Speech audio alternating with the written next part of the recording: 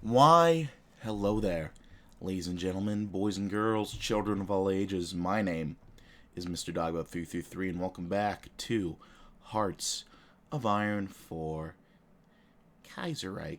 Now, last time we were here together, I don't entirely remember. It's been a while since I've recorded. Not 7 months.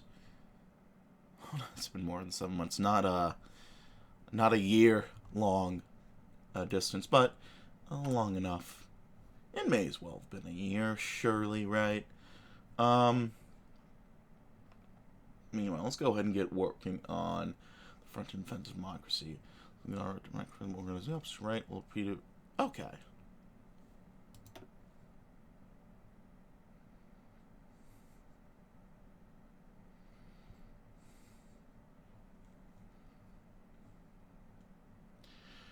Alright, let's go ahead and get working on removing Franz von Papen. I remember now. The right-wing people were trying to, take us out. Let's expel Franz von Papen. Franz von Papen's fellow Catholic Junkers are an enormous threat to stability. Zentrum and the Democratic Union Coalition at large. Zentrum Party leadership must be pressured to expel him before it is too late.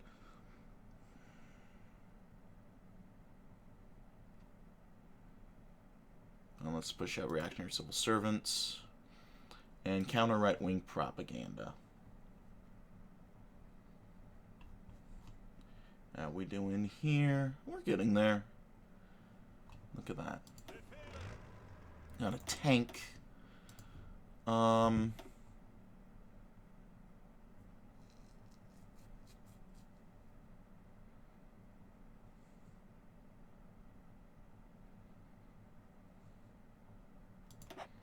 Go ahead and give you to Franz Halder. I should probably send some guys over to the AUS. Send far, far more, but we'll start with one.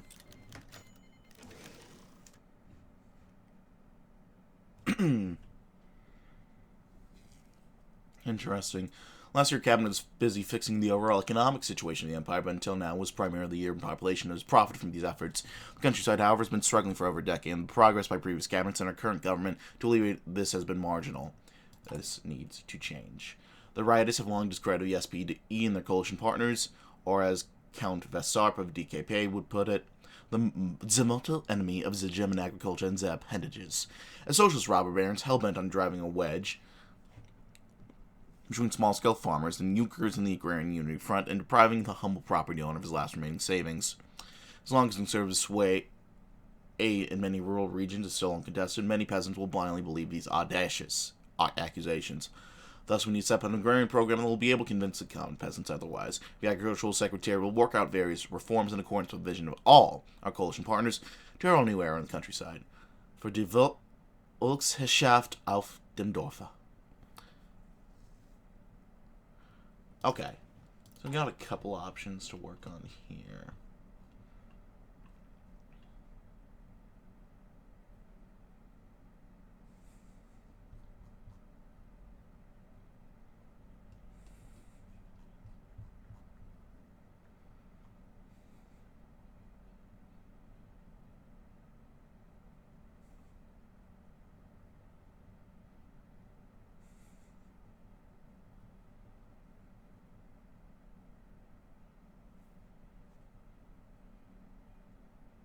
Now let's work on revitalizing the East. The East may be a rural baron and most importantly a hotbed of reactionism.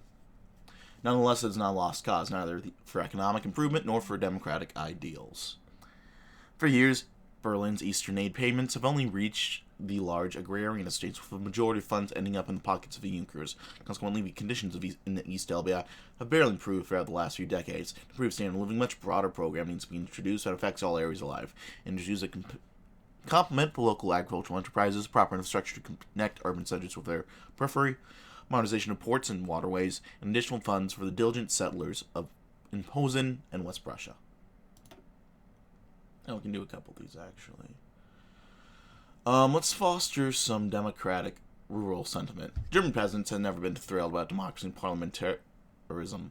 mainly because the conservative sway on rural education is so high. The rural masses need to learn what benefits parliamentary representation can have for them.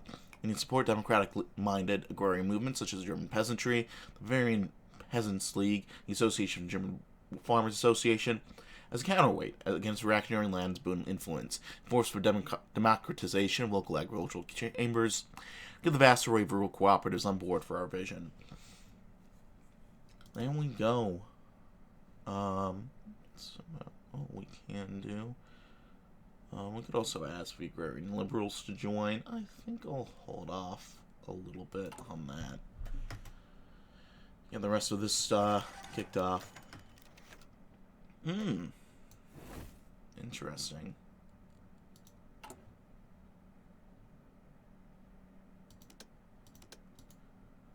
I should probably get working on some of this stuff. Work on passive defense.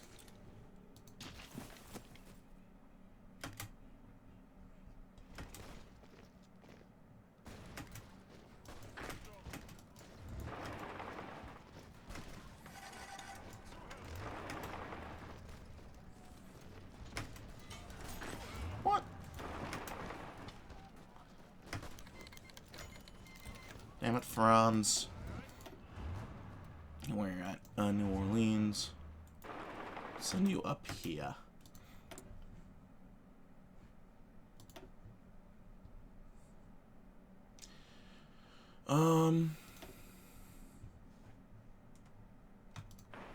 Also, let's get working on anti-air all through here.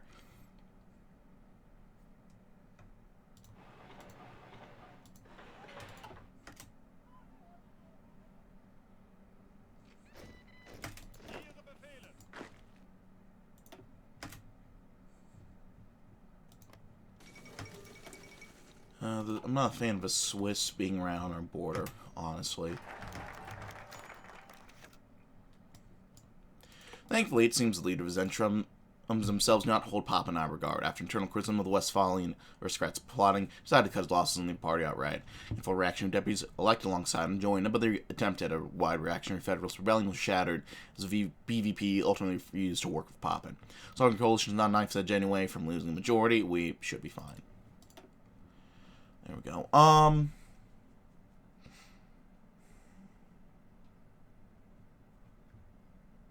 couple of these I should probably get working on.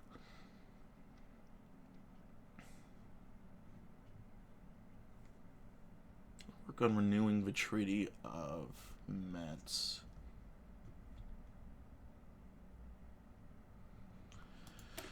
After the Weltkrieg, Chancellor Wilhelm Solf secured the Treaty of Metz with the new Communist regime, in which they confirmed that they will abide by the Treaty of Versailles and keep the Franco-German border demilitarized.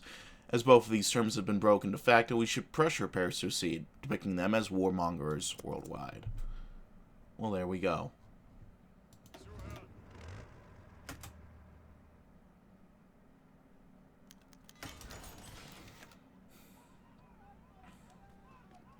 The Socialist Navy has left its base in Liverpool and is heading towards Iceland and the Azores. Although this move seems to just be a show of force, it should not be ignored. This is not a direct threat towards the Reichspakt, but many officials believe that leaving it unattended is not a wise choice. Most appropriate answer would be to send the Hochseeflotte, which is supposed by many Germans who prefer the preparation before decisive action against the Union taken. Let's demonstrate our own power.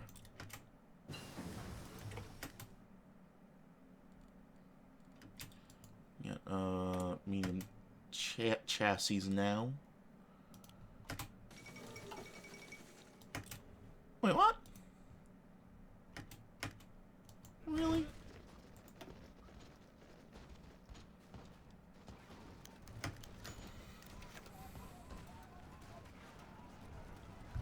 Last weekend, peculiar events took place at the Freudenstein Palace in Gotha, the winter residence of Duke Karl Eduard of Saxe, Coburg, and Gothia.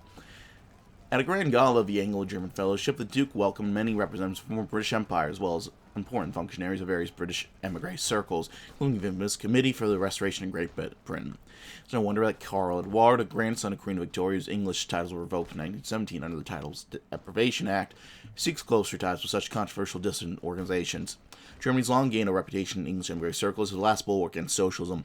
The formerly shunned Duke is now praised by his ex-enemies as a brilliant example of Anglo-German ties. This circumstance is underpinned by all the more by Karl Eduard's personal ideology. Demonstratively reactionary and authoritarian, he's anything but a friend of the post-March Constitution era's parliamentary order, something that's found in favor of the CRGB, and leads this group consisting primarily of exiled English businessmen and nobles. Apart from the British guests, numerous local German dignitaries also appear to the gala, such as business tycoons and representatives of the Duchy's National Conservative state government. Thuringia has been a hotbed of right-wing thought for several years, and Gotha in particular has been the seat of a government with DVLP participation since the early 1930s. The Fatherland Party maintains close ties to the far-right British dissident scene, and Weimar-based DVLP publishers, Walther Bachmeister, translate and circulate many dissidents' literary works. As long as such meetings take place behind closed doors and are not associated with our government, they principally do not pose a problem. Nevertheless, in the time of rising global tensions, caution is advised. A bit more apolitical professionalism would suit the Coburg Duke quite well. Only a welcome event. We'll take that, I suppose. To concentrated industry.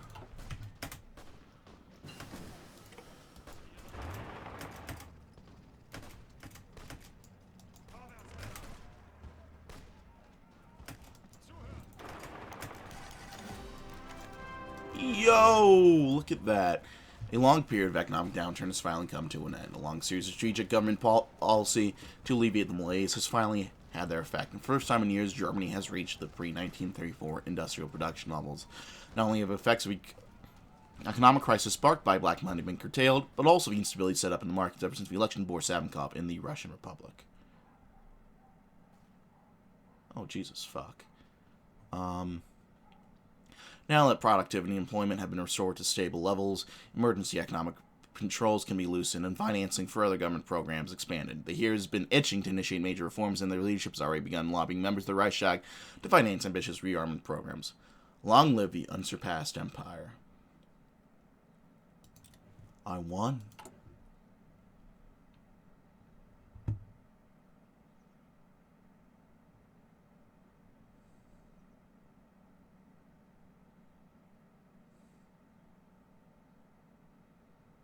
Let's go ahead, counter right-wing propaganda.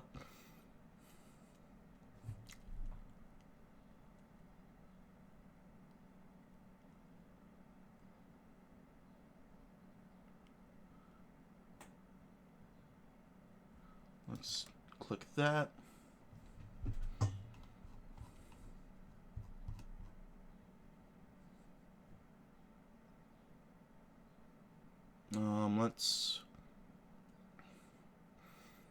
Let's equip the IRA.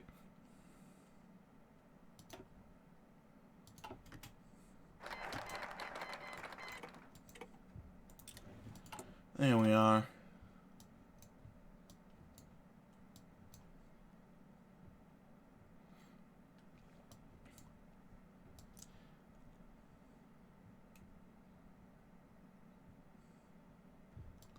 Look at all of this. Yeah, we got a lot of shit we need to get working on eventually.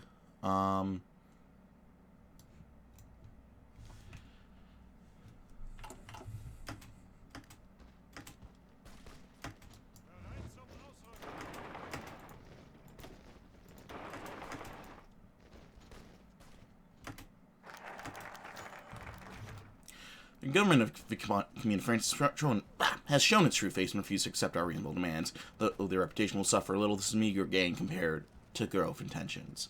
They'll think differently once we march into Paris a second time.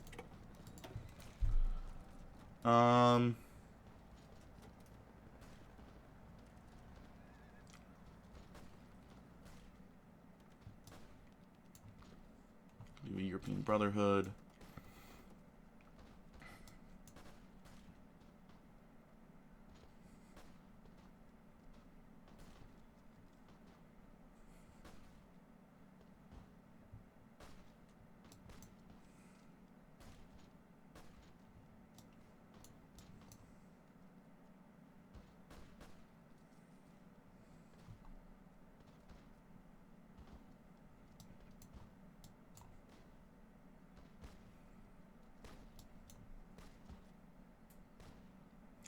quickly working for, student yearning for Kane. For centuries, German military doctrine has been built upon the principle of maneuver, encirclement, destruction. The ancient battle of Cannae is drilled into the heads of war academy students of the perfect battle, and we should continue striving for it, improving upon our principle of maneuver warfare, to create an unstoppable doctrine of modern war. How is this going to do in here?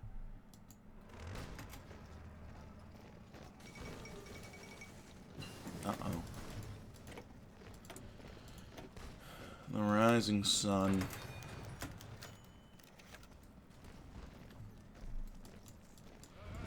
Activists via ADF have entered into clash with far-right activists from the DVLP, DSP, and DVP during a protest in favor of democratic rights today. There are no deaths, but a few wounded. This violent struggle to defend our progress against the reaction of the right brings us close together, but it also comes at a cost. Well, we won't stop now. Don't stop me now. Let's push out some reactionary civil servants. I don't know where it tells us where our front unity is.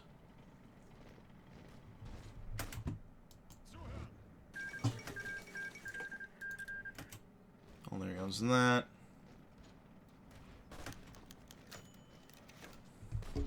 The war in America is drastically reduced in the amount of exported wheat in the world markets, and our loyal ally Ukraine has been among those greatly profiting from the tragedy taking place in the U.S. In addition, the world around us has been recovering from the horrible economic recession. Despite the looming threat of war and the still sore wounds from the revolt, Ukrainian exports have recovered very well.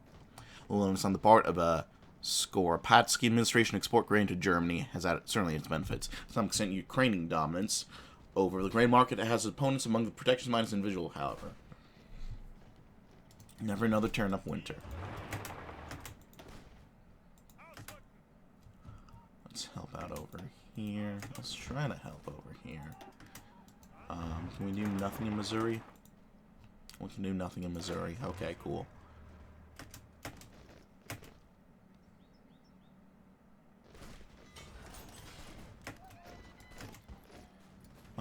Here I was hoping for...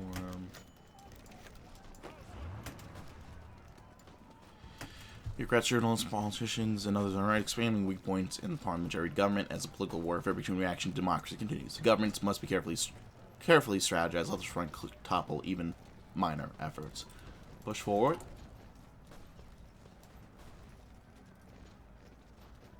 Now let's support the AUS officially.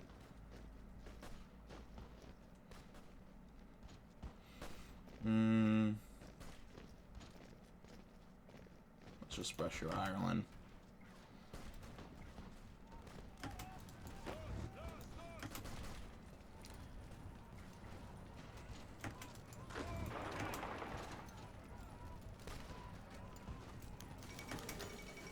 Follow Burgos.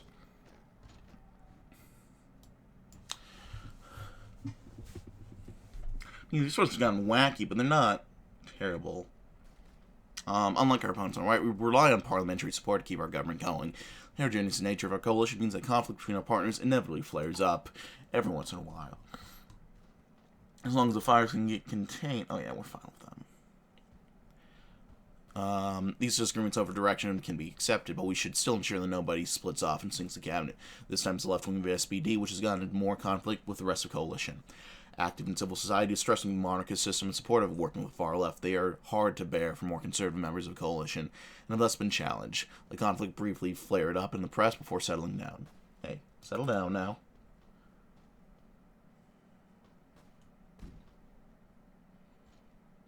Let's initiate. Let's crack down on profiteers. Even during the deepest crisis, there are always individuals who attempt to profit from their misery, the misery of others, and line their own pockets. Certain parasitic trading companies buy their goods from the farmers at the lowest possible price and then squeeze the final consumer dry. This solidarity-lacking behavior aggravates the economic situation and can be prevented by a more effective organization of and closer ties between consumer and producer cooperatives. Short paths between consumer and producers without superfluous intermediate steps will counteract the high price. The high price speed, excuse me.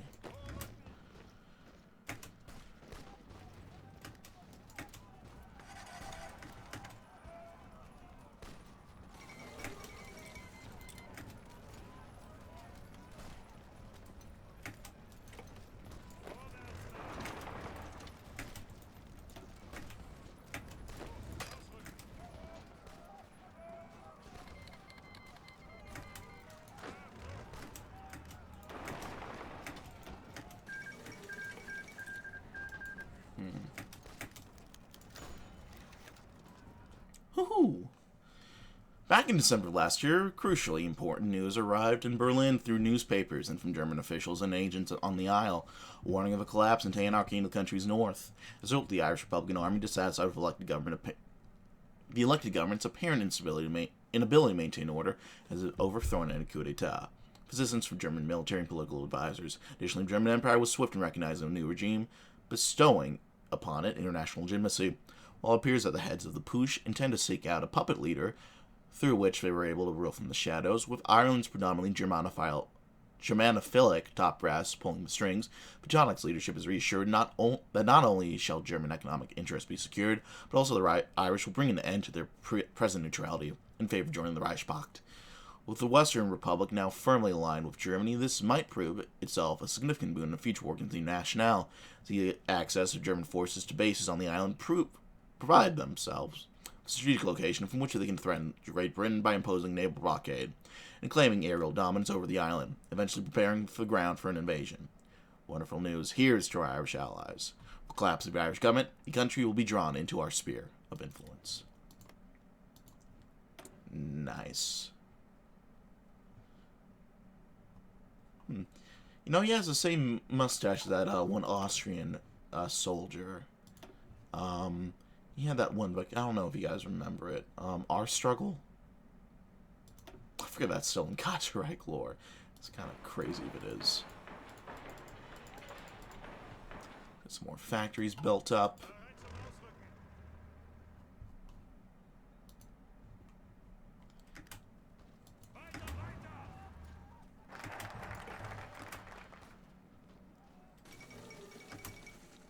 And there we are.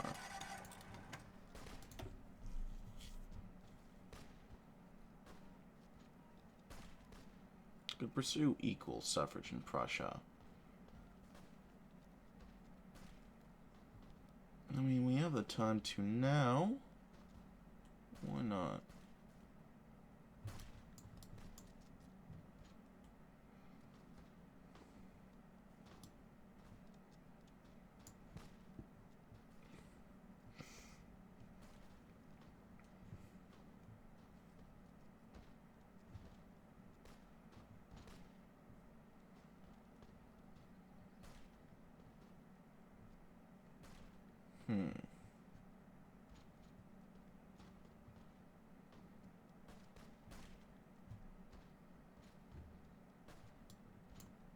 Let's pursue equal suffrage in Prussia. In 1919, we achieved comrades of the Prussian House of Reps, abolishing the three-class voting system and replacing it with a plural voting system. Though it is considerably fairer, it is still not enough. And now that we've broken the conservative resistance in Prussia, we must finish what we started. It's not enough. But it's not enough. But it's not enough. Boom, boom, boom, boom, boom, boom, boom.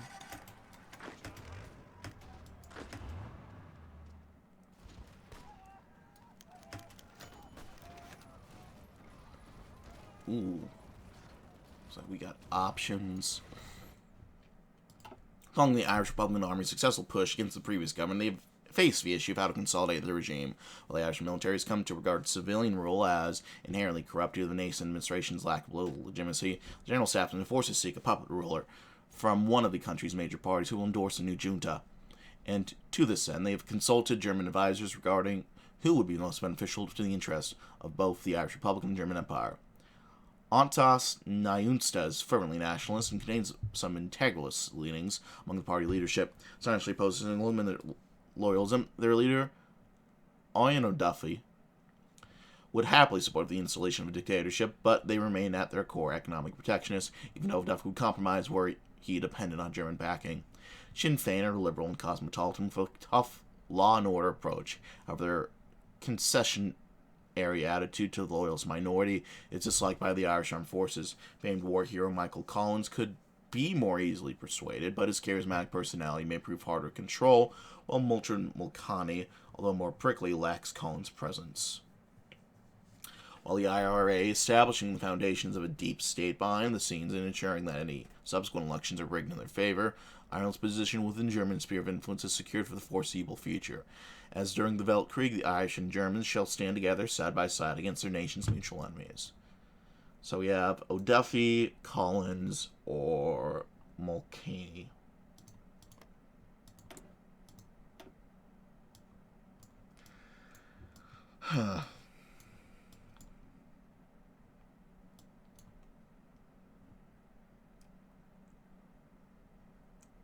Difficult choice indeed.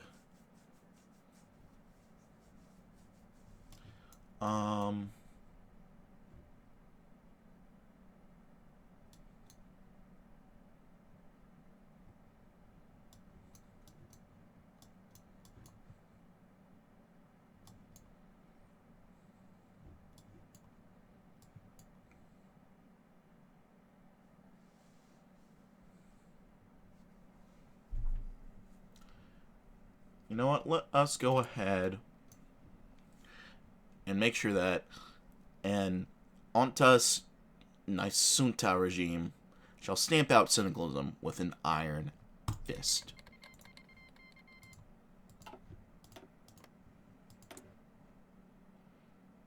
Sure, Mr. Manheim streams if he's watching this right now. Maybe on the verge, but what are you gonna do?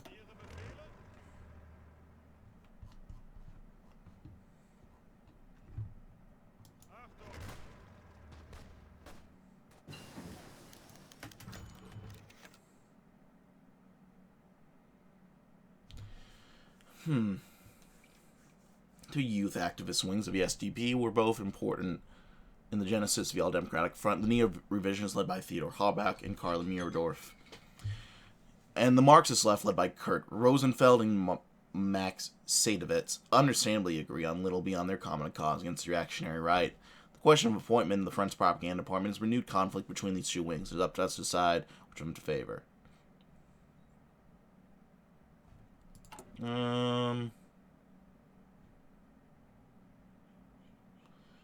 Let's give it to the neo-revisionists.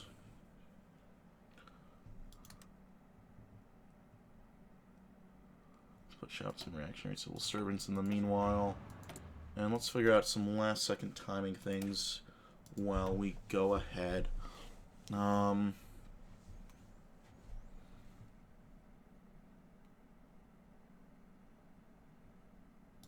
them to Mauser. Got some free dockyards, though.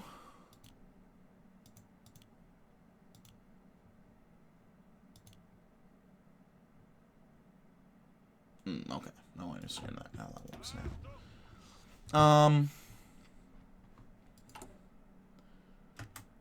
Get halfway done with this. There we go. And that's going to be it for now, my friends. But thank you all, as always, for watching. If you like this video, like. If not, feel free to dislike. If you want to see more of this content in the future, hit the sub button for uploads weekdays, as well as occasionally Saturdays. If you have any comments, feedback, concerns, leave in the comment section below. I read all the comments I get, and I do appreciate any feedback you might have for me. Check out my various links on the screen box below. Leaving comments or feedback down in the comment section below. And I will see you on the next video. I thank you all for watching, and I will see you all next time. Bye-bye now.